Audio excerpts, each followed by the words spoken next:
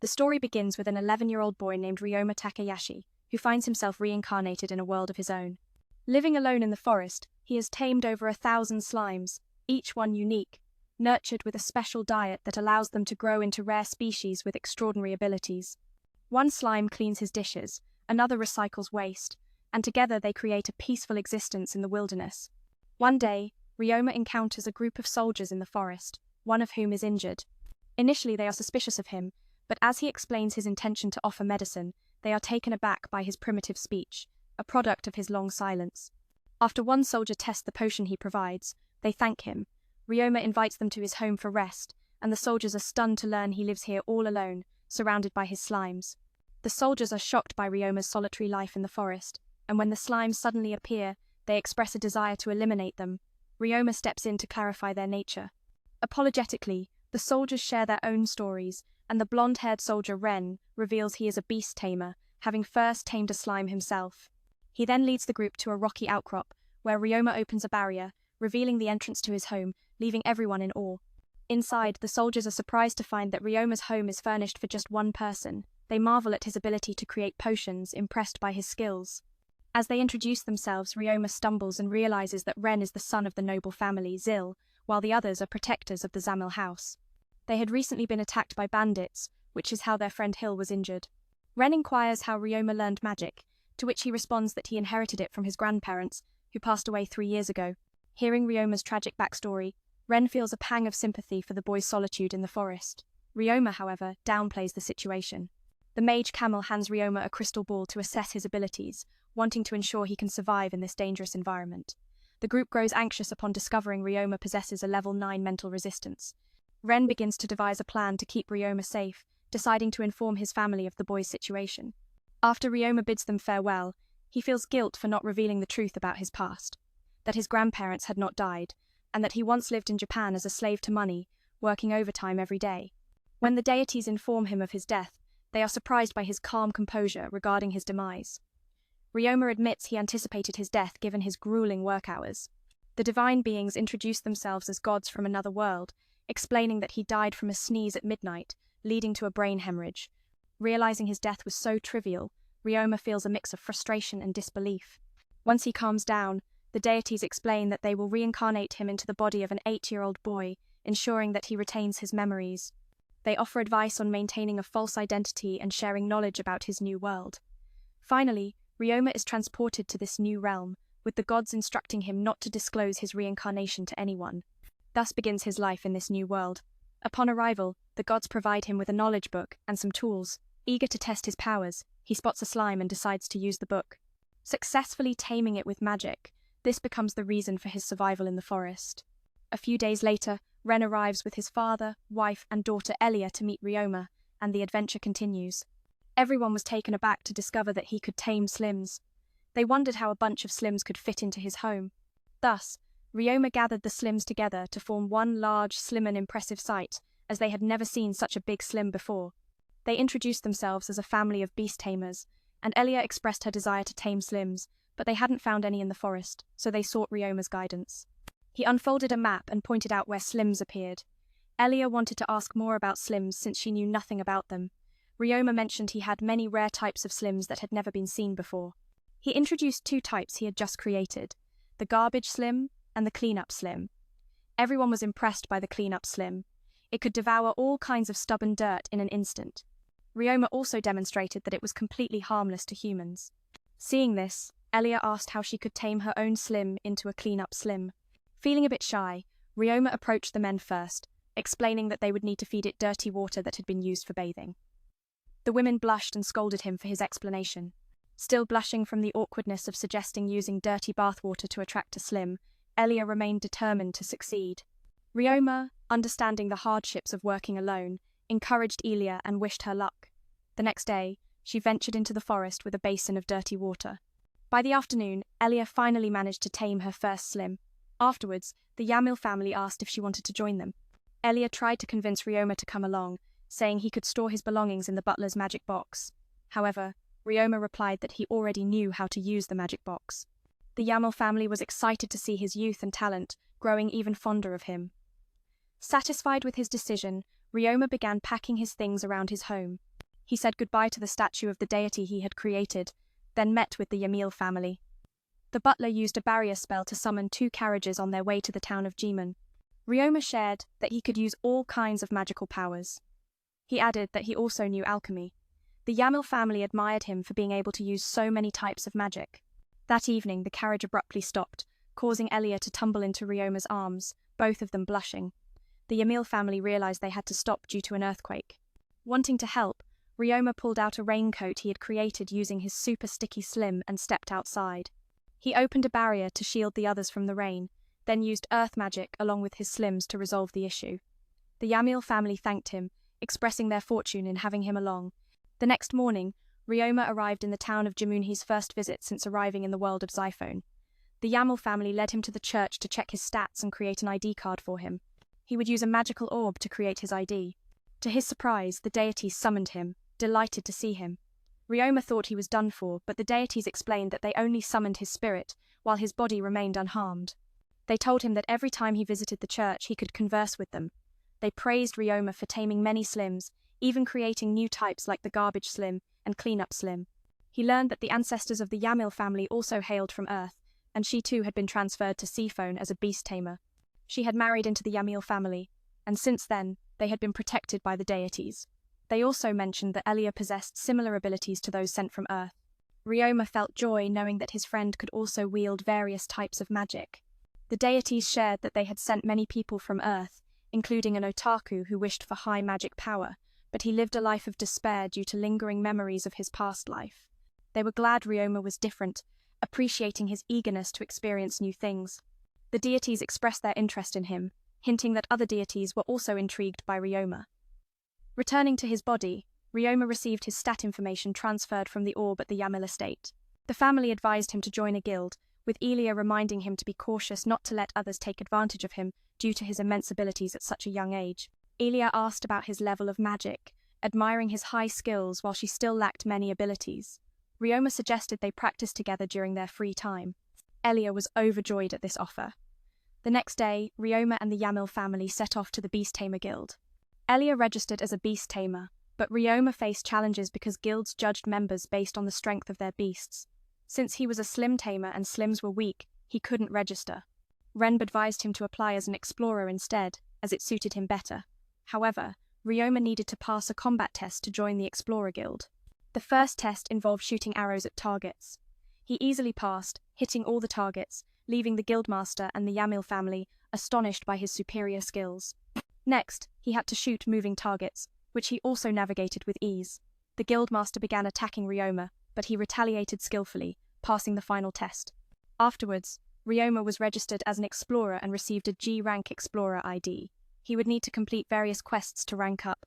Afterward, Ryoma wandered around the guild and decided to accept his first cleanup quest. The next day, he arrived at Mia's house, who was thrilled that he was willing to handle her garbage problem. The heap of rubbish outside her house had gone untouched and spilled into her home through a large hole in the wall. Ryoma summoned the garbage slim and directed them to devour the massive pile of trash. He then summoned the cleanup slim to tidy up the remaining mess. He even used the sticky slim to patch the hole in the wall. Ryoma completed the task swiftly and effectively. Mia was overjoyed, her eyes brimming with tears of gratitude as she held his hand to thank him. Afterward, Ryoma bid farewell and returned to the guild to collect his reward. He was given a large bag of money as an extra bonus from Mia for his outstanding work. Ryoma was called to meet Wogan, who praised him for clearing the trash others dared not touch. No one was left to clean up, and the trash piled up, spilling into the house through a huge hole in the wall. Ryoma summoned Slim, the garbage-eating spirit, who devoured the massive heap of rubbish. Then, he called Slim again to tidy up the leftover mess. Using Slim's super sticky form, Ryoma sealed the broken wall. He completed the task swiftly and smoothly. Mia was overjoyed, tears of relief streaming down her face as she clasped his hand in gratitude. Then Ryoma said his farewells and returned to the guild to claim his reward.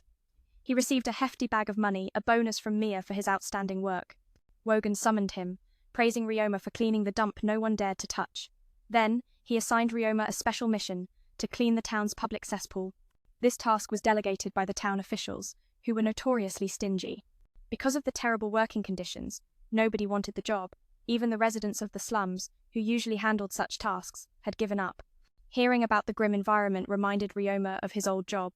He accepted the mission, determined to help Wogan. Ryoma also planned to inform the Yamil family about the harsh conditions.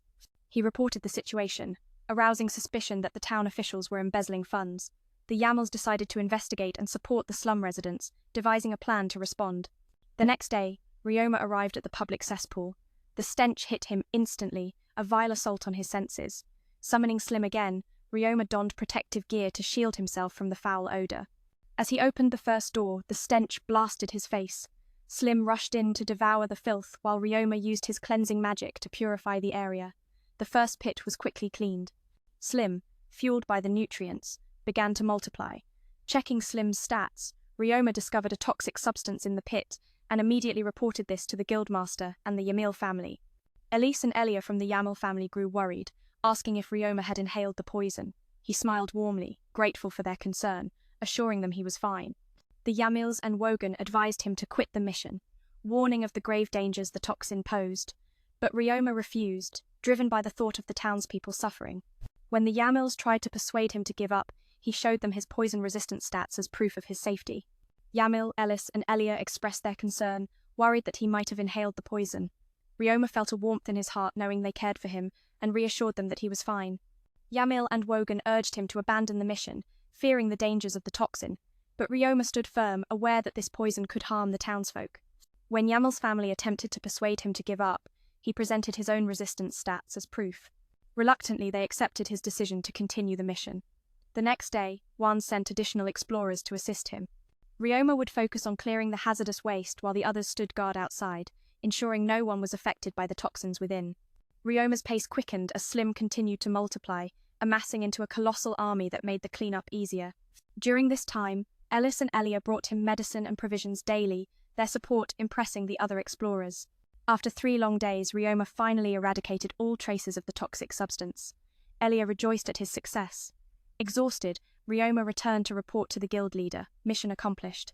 As he made his way back to the Yamil estate, nostalgia washed over him, recalling how his mother would always wait for him after work. With her absence, he felt a pang of loneliness, longing for someone to welcome him home. But as he opened the door, he found Elia and the others waiting for him, and joy filled his heart, feeling he had found a warm family in this new world. Ryoma's eyes glistened with tears of gratitude for the Yamil family. Elia took his hand, and in that moment he felt the warmth he had always cherished from his mother. Finally, Ryoma went to bed, seeking to regain his strength. The next day, Elia wanted to try her hand at cooking breakfast to bring a smile to Ryoma's face. With assistance from her mother and the maid, she prepared a delightful meal. Ryoma expressed his thanks for the delicious breakfast, but just as he was enjoying his meal, he accidentally blurted out something inappropriate, instantly regretting his words. After breakfast, Ryoma, along with the Yamil family, ventured to a mountain outside the town. He was eager to teach Elia magic. By combining 2 spells, he created a charming little firework that left Elia in awe. Next, he conjured bubbles floating around them. Elia, wishing to learn this magic, gave it a try, but her bubbles popped almost immediately. Ryoma offered guidance, and when she followed his advice, her bubbles held firm this time. Then he crafted a large bubble that didn't burst, enchanting the Yamil family as they played with it. Combining 2 types of magic, Ryoma created a delicate, sparkling firework. Elia was deeply impressed. Next, he conjured water bubbles floating around everyone. Elia eagerly tried the magic herself, but her bubbles quickly burst. Ryoma gave her some advice. This time, her bubbles stayed intact. Then he crafted a giant bubble that didn't pop. The Yamils found the bubble fascinating, and played with it for a while. Ryoma wanted to show her more magic uses. He filled the bubble with water, and shaped it however he pleased, molding it into a flying carp. Elia adored this magic, and decided to practice it. Meanwhile, Camille began teaching Ryoma rocket magic. Ryoma quickly mastered creating a magic rocket arrow. He then learned many offensive spells and became proficient in them, all within a day. Camille was amazed at his rapid progress. Cebus appeared, announcing he would teach Ryoma spatial magic. Knowing Ryoma had already learned teleportation, Cebus praised his potential and began instructing him in bending space. He taught Ryoma numerous other spells as well, including various advanced techniques that would deepen his mastery. The journey of Ryoma's growth was just beginning, each new spell a stepping stone toward unlocking his true power. The spatial storage house expanded Ryoma's inventory size, and by afternoon he had mastered all the base vehicles, proud as ever. The 2 of them bent magic to walk back to the others. The next day, the Yamel family ventured into the abandoned Jimin mine in the north. Their goal? To train Elia's combat skills. As a noble, she'd face monsters and bandit captains far more often. Ryoma caught wind that soon Elia would begin attending the mine school. He summoned his entire squad of slimes from the spatial storage. The group entered the mine to hunt monsters. Ymil's guards warned Elia and Ryoma about the many traps lurking inside and urged them to follow closely. Suddenly, the first monster appeared, a gigantic praying mantis. "Good luck," they said. Elia fired an ice arrow, intent on slaying her first foe. The team held their breath, anxious for her, but Elia triumphed, vanquishing the mantis. Deeper inside, they encountered 4 more monsters. Ryoma joined the fight, wielding 2 short knives. He danced through battle, effortlessly dispatching all 4 foes in one fluid motion. Elia was awestruck by his prowess, though some had already guessed he excelled in close combat. As they prepared to leave, Elia spotted a metal slime and decided to capture it. She blocked its path with ice magic, then gifted the slime to Ryoma. Overjoyed, Ryoma thanked her warmly. Eyeing his slime collection, he pondered feeding the metal slime something special. With alchemy, he transformed a pile of rubble into refined metal. The Yamel family was stunned. Ryoma's alchemy was so powerful, it could turn red soil into precious metal. Renby introduced merchant Sarah Morgan to Ryoma, who showed him the metal ingots he'd created. Sarah was impressed and promised to help sell the goods. Ryoma insisted on keeping his identity secret. The Yamels explained it wouldn't look good if anyone discovered that a boy was behind such fine products. Ren advised Ryoma to keep all profits. The family agreed, touched by his earnestness, hoping for a lasting partnership with Sarah. The next day, the guildmaster summoned all adventurers, announcing a powerful monster lurking in the mine and calling for a hunt. Preparations began. Ryoma tested his slime's abilities. Elia curiously asked what he was doing. He explained he was discovering what his slimes disliked. It turned out the metal slime feared acid, instantly curling into a ball. While they played, other adventurers arrived to fetch Ryoma. He stored his slimes back in spatial storage, and Elia urged him to take care during the mission. The adventurers split into 2 groups to more easily eliminate monsters. Mia, curious about Ryoma's slime count, asked, and he replied, 4,000 in total. The group was stunned by this staggering number. As they ventured deeper, monsters appeared, easily dispatched by the team, but soon more voices echoed nearby. Ryoma took the lead, unleashing a sonic bomb spell, a single strike that knocked down every enemy. Before them lay a mountain of corpses. Ryoma fed his slimes the leftovers, then the group temporarily retreated to rest. News came that a goblin village inside the mine had attacked another adventurer group. The guildmaster devised a plan to trap the goblins by entering the mine to lure them out. Mia successfully led the goblins into Ryoma's ambush. The goblins began corroding under acid slimes, while others were taken down by Ryoma's poison slimes. The rest of the adventurers fought fiercely. Though they killed many goblins, their arrows dwindled and the enemies kept coming. Ryoma racked his brain for a strategy as casualties mounted. Suddenly, the goblins turned the tide. Thinking quickly, Ryoma summoned all 4,000 slimes to encircle the goblins, then unleashed a sonic bomb spell to stun them. Commanding his slimes to attack, he slaughtered countless goblins, opening the way for his comrades to advance. The guildmaster rallied the others to support him. Fueled by determination, they fought with unyielding spirit. Soon, the goblin threat was extinguished. Just as the group prepared to celebrate, the goblin chieftain emerged, the giant beast flanked by evolved goblins. Without hesitation, Ryoma sent his slimes to attack. After a fierce battle, the slimes finally defeated the goblin horde. Ryoma fed his slimes with the remains, then called the adventurers close. Using his slimes, Ryoma cleansed the group of the goblin's stubborn filth, a contamination notoriously hard to remove. Mia praised his skill once again. Outside, Ryoma was informed that his healing slimes had evolved and could now perform advanced healing magic. Grateful, the adventurers thanked him for their victory. Spirits soared as they basked in the joy of success. On the way back, Ryoma shared that his healing slimes only needed water and photosynthesis to absorb nutrients. He admitted they were surprisingly strong, impressing everyone. That night, chatting with Jeff, Ryoma found himself wide awake, wanting to ease Jeff's loneliness. Jeff told him to join the others and sleep. Ryoma reminisced about his time living in the forest, feeling grateful to the Yamel family for inviting him in and introducing him to kind souls. As they reached the Yamel residence, Mia encouraged Ryoma to open a laundry shop. Ryoma recounted the mission to the family, surprising them with news of 2,000 goblins in the mine. But he had more to say. He wanted to start his own laundry business. Elia was shocked by his desire to go independent, questioning his reasons. Ryoma expressed deep gratitude to the Yamils but didn't want to be spoiled or cause them trouble. Elia felt sad about his decision but understood he needed to grow up and accept his path. After all, he was only 11, no need to worry so soon. The family loved him dearly. Ren and Ren admitted they expected Ryoma would seek independence soon, given his mature mind.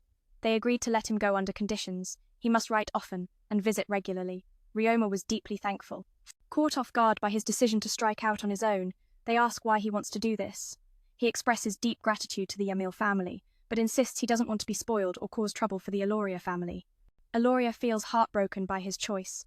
Elise understands that he must grow up and accept his decision, but he's only 11, there's no need to worry so soon, and his family loves him dearly. Ren and Ren say they knew he'd want independence soon because of his mature mind. They agree to let him live on his own, but with conditions. He must write letters often and visit regularly. Ryoma is grateful to the Yamil family. Ilia also sets a condition since they'll be apart for 3 years. As she attends the Magic Academy, he must promise to spend time with her during breaks. Ryoma assures her he won't forget this promise. After their talk, Elise insists Ryoma stay at the Yamil house until they leave town. Ryoma agrees to live with the Yamils for now, and asks when they plan to leave. Then he hears about the demon frog species, rare creatures used for medicine or armor, appearing only at specific times of the year.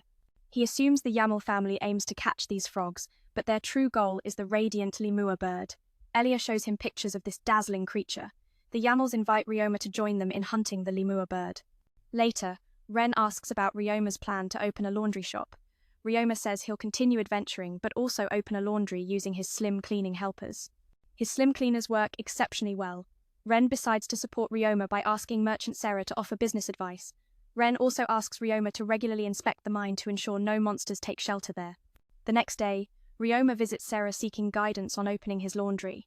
Sarah is impressed by Ryoma's slim cleaners and predicts a bright future for his shop. He advised you to register with the Merchants Guild to gain support. Riding in the carriage toward the guild's headquarters, Sarah expressed his eager anticipation for Ryoma's first shop and encouraged him to ask any questions. Ryoma then met Grizel, the guild leader, who listened to your business plan and loved the idea of using slim cleaners for the laundry. She handed you a registration form right then and there, showing you an affordable spot perfect for your shop. Ryoma was surprised to have found the ideal location and shared the decision with Ilia. She promised to handle the paperwork for a modest fee. She also suggested hiring additional staff since Ryoma was still young and inexperienced in business. Ilia vowed to help find a seasoned manager to support your operations. The next day, Ryoma began building his laundry shop. He used his slim cleaners to lay the foundation, allowing the work to finish swiftly. The Yamil family also came by to lend a hand, assuring you that you could call on them any time. The following day, fellow explorers arrived to assist. Mia expressed her pride in you, and others eagerly awaited your shop's opening. Willan declared she'd be a loyal customer. Ryoma thanked them all warmly. In just a few days, the laundry shop was complete. Ryoma named it Bamboo Forest, a name reflecting his unique spirit. Elia suggested planting flowers around the shop to make it more charming, an idea Ryoma loved and began planting with her. Yet, Elia grew concerned that Ryoma was overworking himself. He assured her that he was used to this pace and would be fine. He even promised to craft and gift her a handmade doll someday. Elia eagerly looked forward to making dolls with him.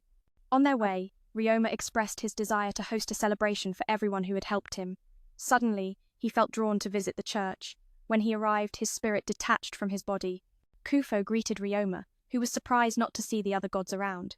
Kufo explained that Lulu Tia had gone shopping on Earth, while Jan was rocking out at an idol concert. Ryoma was stunned by this news. Seeing Ryoma's surprise, Kufo shared his own Earth adventures, revealing his love for exploration and doing cool, daring things. As Kufo prepared to leave, he noted that Ryoma's spirit was adjusting well to his childlike body. Ryoma understood the meaning behind those words and thanked him for the advice. Returning home, Ryoma eagerly prepped for the party. He invited all his friends, each excited for the celebration. Meanwhile, Sira sat in a carriage with a pair of twins, intending to introduce them to Ryoma. Back at the shop, Ryoma, Elia, and the two maids were preparing delicious food for the feast. Elia informed him that Sarah had arrived with the twins at the laundry shop. They were stunned to discover that the owner of the laundry was. An 11-year-old boy named Sira remarked that Ryoma seemed far wiser than his years. Ryoma appeared before Sira, who congratulated him on completing the laundry shop. Then, he introduced the twin siblings, Cass and Canlorm. He mentioned that though they were still young, their wealth of experience would bring great benefits. Ryoma wanted to show them how the laundry shop operated. Dirty clothes were placed into bags labeled with the customer's name. The dirty clothes bags would be cleaned by Slims in the back room. The twins expressed a desire to see how Ryoma's Slims worked, so he led them inside. They were astonished to see so many Slims at work. Ryoma explained that the Slims handled all the cleaning. The staff only needed to inspect the results. Hearing this, the twins immediately grasped the workflow. Ryoma realized they were professionals and proceeded to guide the twins further. Soon, the laundry shop fills with guests, and the celebration begins. Ryoma feels a rush of pride, wanting to say something meaningful but initially hesitating. Finally, he gathers his courage, expressing gratitude for everyone's presence, and wishing them a delightful feast. Grisella chats with Wogan, remarking on the bright future ahead for Ryoma's laundry. Meanwhile, Alia and Kan pitch in, impressed by Ryoma's dedication. Ryoma asks the nobles, Yamil and Elia, if they enjoy the food he prepared, fearing they might turn their noses up at his humble dishes. They kindly assure him that not everything delicious comes with a hefty price tag. Jeff and Mia savor the meal so much that they wish for seconds, just as Elia presents Ryoma's baked goods, spreading happiness throughout the gathering. After the celebration, Ryoma thanks the twins for their help, anxious they might not want to work alongside an 11-year-old. To his surprise, they express their eagerness to work with him, recognizing his kindness and trustworthiness. They wish to learn more from him. Ryoma feels joy at the prospect of collaborating with them, but soon realizes they mistook him for a noble due to his living arrangement with Yamil. The next day marks the grand opening of his laundry, with Alia and Kan present to assist him and Elia in preparing the shop. Ryoma plans to notify the Adventurers Guild about his new establishment. Elia must leave for her magic class, bidding him farewell. The adventurers catch wind of the shop's opening and promise to stop by after finishing their quests. As they depart, Ryoma takes on a quest of his own, wishing them luck. In the afternoon, he visits the gym mines to eliminate monsters while the Slims gather herbs for the task. Upon returning, he is greeted by a throng of customers at his shop. Adventurers from the guild had heard about Ryoma's shop opening. They promised to visit after completing their mission and then left. Ryoma accepted a quest himself. In the afternoon, he stopped by the gym mines, eradicating all monsters while the Slims gathered herbs needed for the task. Upon returning, he found many customers waiting outside his shop. Ryoma immediately teleported inside. The customers were thrilled with his service. The Slims had thoroughly cleaned their clothes, leaving everyone satisfied. However, Ryoma noticed the twins hadn't rested all day. Determined to be a good boss, he decided to hire new staff and thought about creating a better working environment. He visited the Merchant Guild and met with Grisella, who predicted his business would flourish and promised to help find new employees for him. The Yamil family learned about Ryoma's smooth first day and were delighted for him. As Ryoma prepared for bed, Elia wished him sweet dreams. Reflecting on his previous office job, Ryoma felt grateful for his peaceful new life. The next day, the laundry shop remained bustling with happy customers, amazed at how clean the Slims made their clothes. Ryoma told the manager he planned to visit the Merchant Guild. There, he met Grisella, who introduced potential job applicants. The candidates were surprised a young boy ran the laundry shop. Ryoma explained he was the owner, and that if anyone was uncomfortable with the Slims handling the cleaning, they could decline the job. Disliking the idea of working for a kid and the Slims, most candidates left, leaving only 2 remaining. The 2 were Face and his daughter, Lai Lin. Face introduced himself and mentioned his broken leg, uncertain if he could work with that injury. Ryoma saw no problem but wondered if his Slims' healing powers could help. He told them the laundry had a dormitory for staff. Noticing their weapons, Ryoma asked why they carried arms. They revealed they were former assassins who had turned over a new leaf. Grisella knew their past and assured Ryoma they were trustworthy. Face explained that after their master lost a battle, they had no job and had been working in the mines, where his leg was injured. Ryoma happily hired them, and they were thrilled. He also asked them to serve as shop guards. Then, he showed them around the laundry. Both were pleased with the shop and eager to start working. Ryoma introduced them to Cass, Kan, and the others. Everyone got to know each other and looked forward to collaborating. They watched the shop's workflow and were amazed by the number of Slims. On the second day, the laundry remained busy. Ryoma asked the manager to handle bookkeeping while he treated Face's injury. They followed Ryoma into a room where he summoned his Slims. They healed Face's leg, allowing him to walk again. Face and Lai Lin were overjoyed and thanked Ryoma, explaining that medical care was expensive outside. They shared stories of their harsh working conditions back home and felt lucky to find such a kind boss. Reviewing the accounts, Ryoma was stunned by the large income. The twins told Ryoma that business was thriving and advised him to open branches in other towns. Ryoma considered this expansion. Since Face and Lai Lin guarded the shop, he planned to raise their wages. Both were deeply grateful to Ryoma. The next day, Ryoma returned to the laundry. Elia wanted to help but had to attend classes. The staff worked diligently alongside the Slims. Ryoma baked pizza for his workers during breaks. They thanked him for the meal. Mia and other adventurers happily had their clothes cleaned on site by the Slims. The third workday ended with the shop's income doubling and many new customers arriving. Ryoma wanted to hire more staff to assist and thought about renting kitchen equipment to cook for employees after work. The staff praised Ryoma as a truly good boss. He visited the Merchant Guild again and asked Grisella to find more employees and a chef. She was delighted that he had created such a positive work environment. The next day, Grisella introduced Ryoma to 3 girls. They were shocked that such a young boy had already succeeded in business. The chef, Sen-Ma, greeted him warmly, and they all looked forward to working together. Suddenly, Grisella suggested opening a second branch. The new employees started familiarizing themselves with their roles, and Ryoma was settling into his role as a laundry shop owner turned merchant. Dreaming of expansion, Ryoma's Yamil family was proud of his hard work and independence. The following day, he met with Merchant S, who congratulated him on his success. The merchant also asked Ryoma to produce waterproof fabric in addition to the products he already supplied. With the demon plague season approaching, the merchant wanted to support adventurers more, so Ryoma agreed to make plenty of the fabric.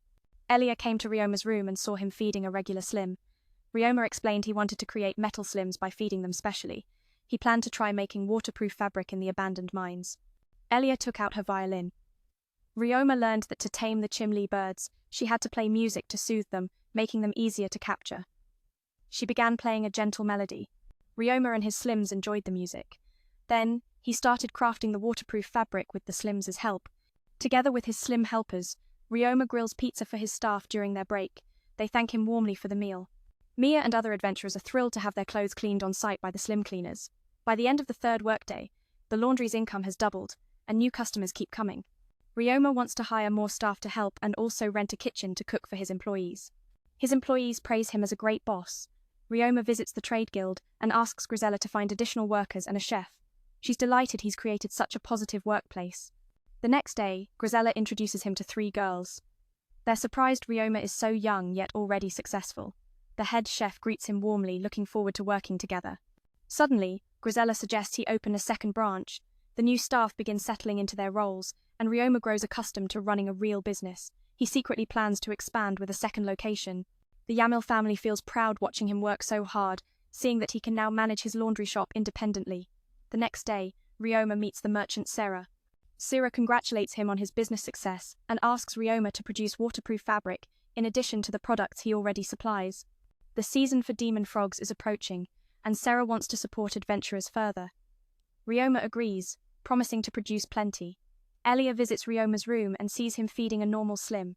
Ryoma says he wants to nurture it well. To craft more metal slimes, Ryoma revealed his desire to experiment with waterproof fabric deep inside the abandoned Ilaria mine. Ilaria pulled out a violin, and Ryoma learned that to tame the elusive lemur birds, she had to play them a melody. This song would gently coax the birds, making them easier to capture.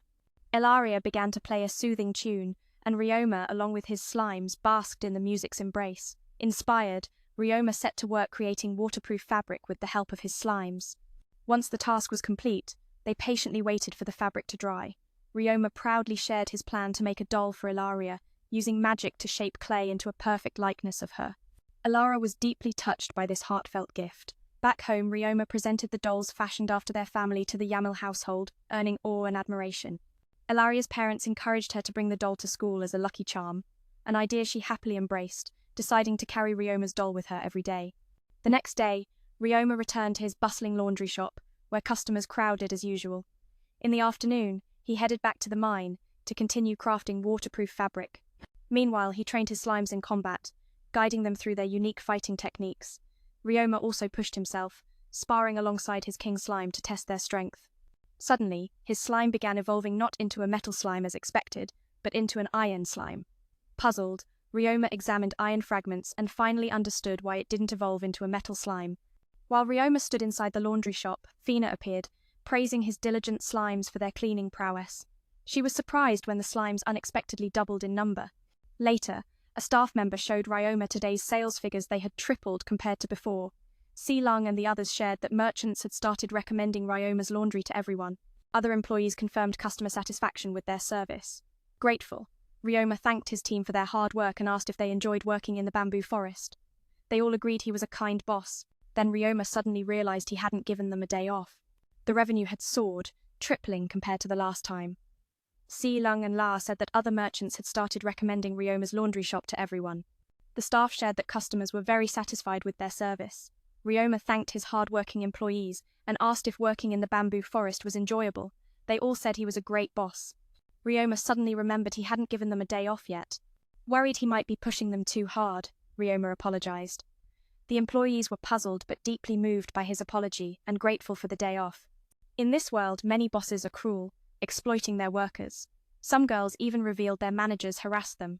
Ryoma was shocked to learn such cruelty existed here too and vowed to treat his employees kindly. The next day, Ryoma went to the Adventurers Guild. They congratulated him on his business success. Ryoma learned that a group of adventurers from another town had captured a rare slime they wanted to sell, but no one was interested. The guild gave Ryoma their whereabouts. So he headed to a tavern where he found them drinking away their sorrows. Ryoma introduced himself. One gruff adventurer misunderstood Ryoma's intentions and grabbed his collar, ready to fight. But then, overwhelmed with emotion, he collapsed to his knees, crying over the wasted effort of traveling to Jimin without selling the slime. The group's leader stepped forward, apologized to Ryoma, and said Ryoma could see the slime and set his own price, since he was also a beastmaster. Seeing this slime was unlike any Ryoma had, he was genuinely intrigued. The adventurers were delighted to hear this. Ryoma paid a significant sum to buy the slime. Kai asked if he was sure about spending 2 gold coins. Ryoma assured them they would soon make money from the slime's unique skills. He added that as a businessman, they were welcome to support his laundry shop any time. Ryoma then teleported to a mine shaft to test the new slime's abilities. This slime was a blood. Slimite could absorb blood from dead animals. Ryoma was very pleased with this new companion. He spent the following days peacefully running his laundry shop, and even made a doll that resembled himself for Elia. The gods watching over him from their realm were pleased. As Ryoma read a book about demon hunting, Elia expressed her desire to learn new monster taming skills the next day, asking him to accompany her. Enthusiastically, Ryoma agreed to join her.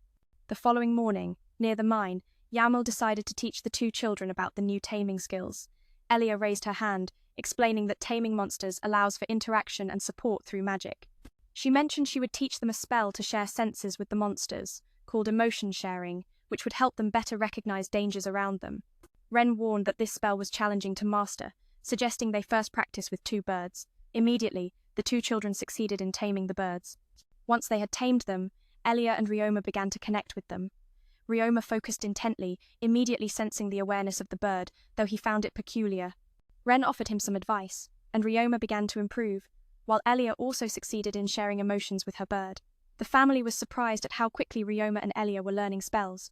Ryoma adapted swiftly to the sensations, recalling his past experiences playing VR games. Elia asked if this was his first time taming a different kind of monster. Ryoma learned that each person could only tame a specific type of monster, and his ability to tame multiple slims stemmed from his affinity for them. Ren explained that a beastmaster must discover the right type of monster for themselves. In his case, it was a scaled creature. Ren mentioned he could not connect with birds, prompting Elia to reveal her compatibility with the wolf type and summon a fairy. Elia was able to learn magic easily. Ryoma quickly adapted to the sensation, as he had experience playing VR before. Elise asked if this was his first time taming a different kind of monster. Ryoma learned that each person can only tame one type of monster, but he could tame many slimes because he possessed a special connection with them. Ren explained that a beastmaster must find the monster species that suits them. In Ren's case, it was a scaled creature he couldn't connect with birds. Elise revealed her suitable monster type and summoned a Fenrir. Ryoma initially thought it was an enemy, but she quickly explained. Elise said she could tame wolves. Ryoma was impressed by this ability and surprised to hear she had tamed over 20 Fenrirs. Ren spoke of taming over 100 wolf species, praising his wife's extraordinary talent because Fenrir was notoriously hard to tame. Ryoma once felt overshadowed by his father and Elise, but his father just laughed, proud that Ryoma had become a skilled swordsman. Ryoma admired the Yam family deeply. Suddenly, Elise revealed something astonishing. Her father was even more formidable. He could tame dragons. It was then Ryoma realized just how many monsters his grandfather had mastered. Ren explained that his grandfather had the rare fortune to tame an alpha dragon, which allowed him to command the entire pack. Yet, he rarely controlled them all at once because the dragons were overwhelmingly powerful. His pack lived high in the mountains, protecting the villagers below. Elise mentioned Fenar usually dwelled in forests, while Ren added that the strongest monsters always struggle to find a fitting home. A few days later, Ryoma kept working on a cloth drum and handed it to Sarah, who was excited for the upcoming demon expedition season. His friends buzzed with excitement, knowing the drum could be crafted into potent medicines and sturdy gear. They asked about the work clothes. Melia and Willan didn't want their outfits ruined during missions. Ryoma mentioned that Merchant Syrah sold a type of protective wear. Everyone thanked him for the tip and decided to hunt for these clothes the next day. Returning home, Ryoma learned the Yamels planned a trip to the lake the day after tomorrow because Elise wanted to tame a lemur bird. Then, he started practicing guitar, eager to perform once. Ryoma was thrilled for the lake trip, but realized after that journey Elise would begin her studies. He felt a bit down. 2 days later, Ryoma traveled with the Yamil family to the lake.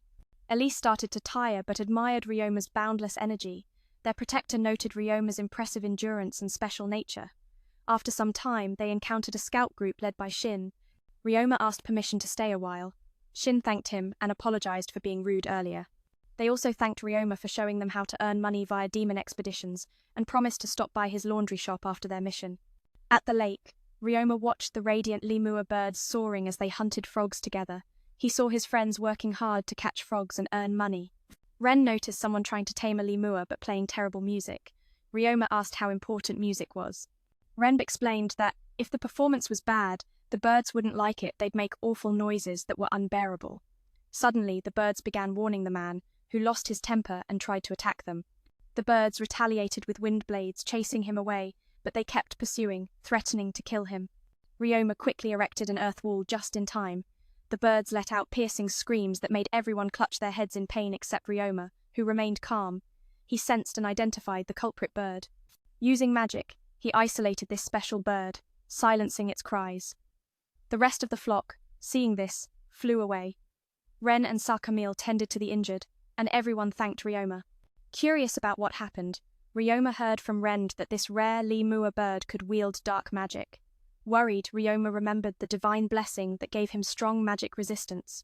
Though the others were healed, the lemur flock had flown off. Elise was determined to catch one, so she waited patiently for their return.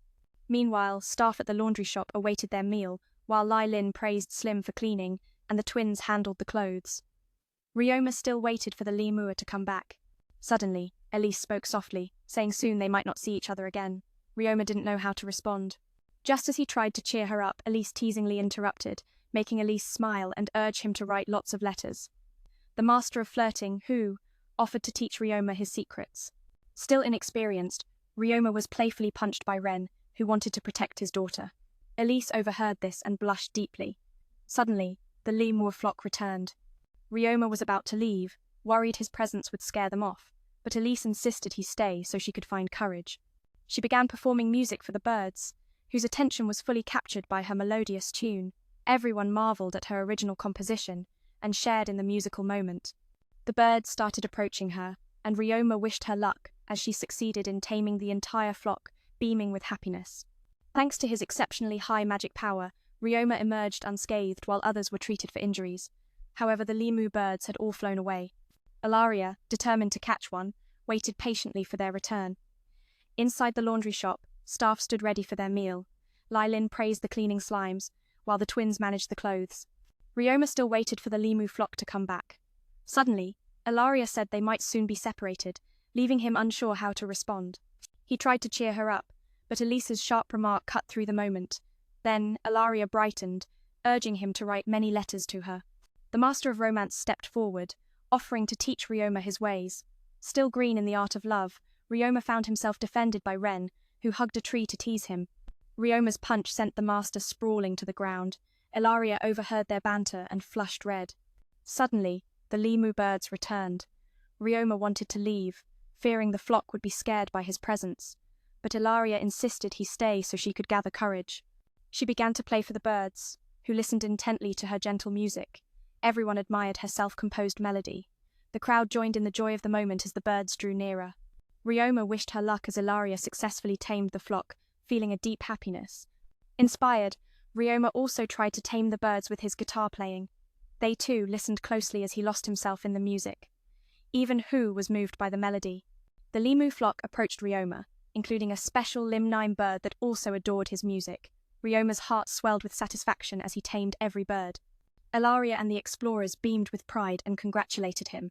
Everyone celebrated the duo's success in taming such a powerful creature. Suddenly, Zebas's attention was caught by a glowing lemur bird. Elaria had just tamed Ita rare phantom lemur with light element magic. Ren wanted to spoil it like a pet, but the bird dismissed him. Back home, the group celebrated their triumph. Elaria played a song for the flock as the master of romance coached Ryoma, weaving their bonds tighter through music and magic. Ryoma's charm had worked, drawing the noble girl into his embrace.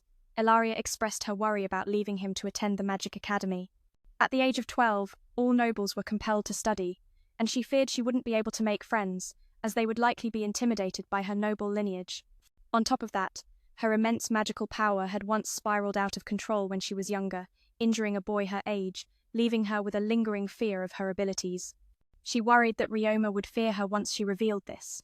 But Ryoma, determined to uplift her spirits, assured her that he didn't feel that way at all. He claimed he was special too. Elaria promised she would never be afraid of him. Then, she gifted him a parting present, a magical necklace adorned with a ruby. He was hesitant to accept it, but she insisted, saying it would remind him of their promise to meet again. Ryoma wanted to give her something special in return. He offered Slim, his tidy little creature, and Slim's trash as a quirky gift.